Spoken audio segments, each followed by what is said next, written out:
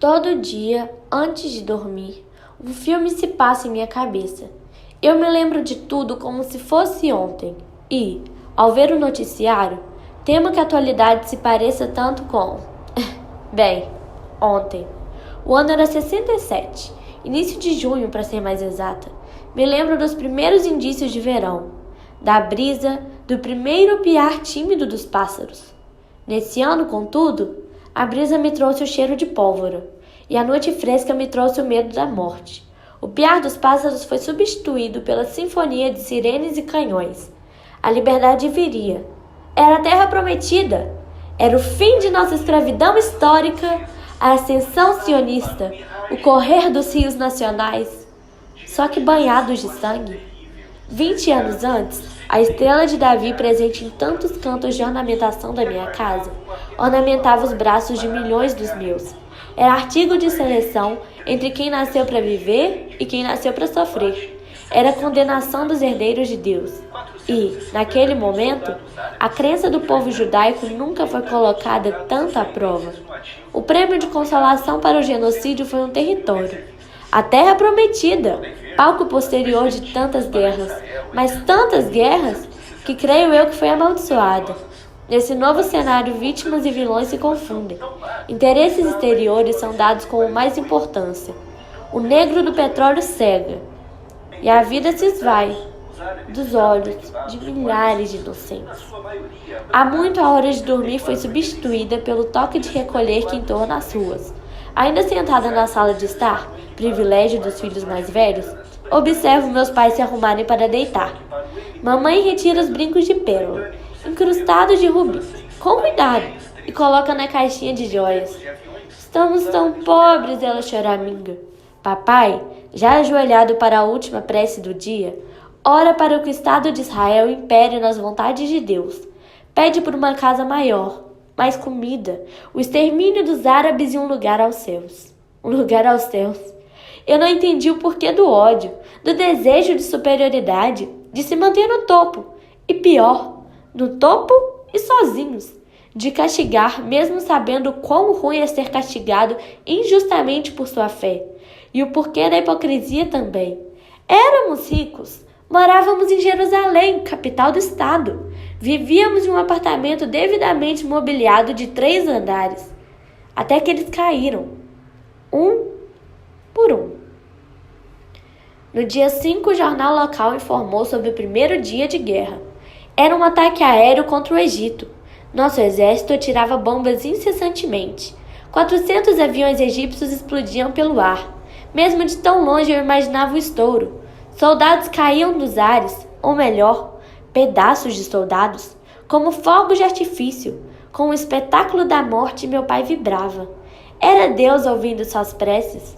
Era Israel tomando suas terras de direito, fortemente apoiado pela maior potência mundial, os Estados Unidos. No dia 6, o jornal local informou sobre o segundo dia de guerra. Era então um ataque aéreo civil contra Jerusalém, resposta da Jordânia, e de tão perto eu vivi o estouro, e eu ouvi os gritos, e eu gritava. Rapidamente a televisão e o telefone perderam o sinal. Enquanto isso, Israel ia avante, conquistar a península do Sinai e, mais tarde, as colinas do Golã. Minha família se alocou em um cômodo só. Fizemos barricadas no perímetro da casa e estocamos alimentos. Somos tão pobres, mamãe choramingava. E se o Estado de Israel imperar nas vontades de Deus? Temia papai. No dia 7, quaisquer notícias que tivéssemos recebido já eram ultrapassadas. Vivíamos a guerra plenamente.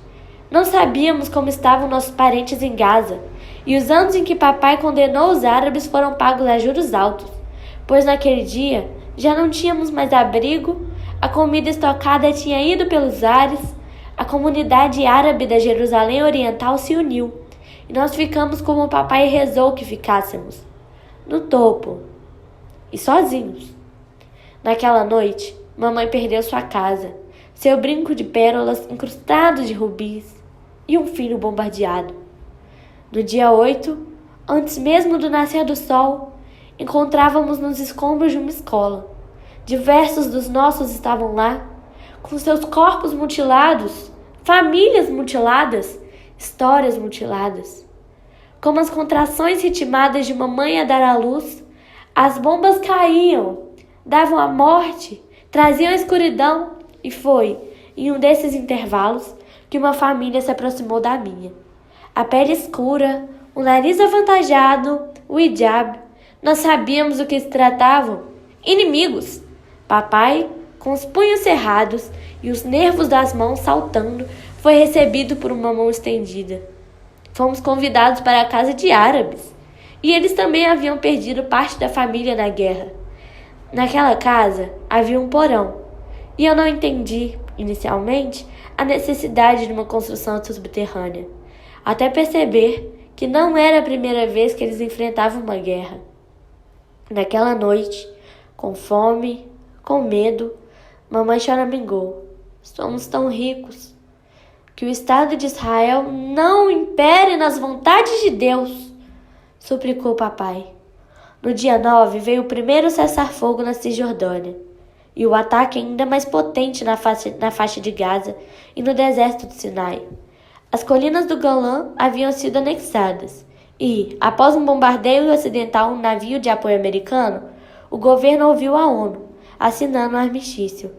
No dia 10, Jerusalém, que até então era de controle internacional, foi nomeada território israelense. O grande Estado estendeu seu território em 5 vezes o que era em 6 dias. O grande Estado diminuiu em 5.500 sua população do que era em 6 dias. A Guerra dos 6 Dias se estende ainda em 2019, transfigurada no conflito pela região da Palestina, pela enésima guerra entre judeus e árabes, com a religião como desculpa política e o armamento como mecanismo. Diversos palestinos e israelenses se encontram sem lar na terra prometida, tendo bombas como fogos de artifício, sem ter, como artifício, a paz.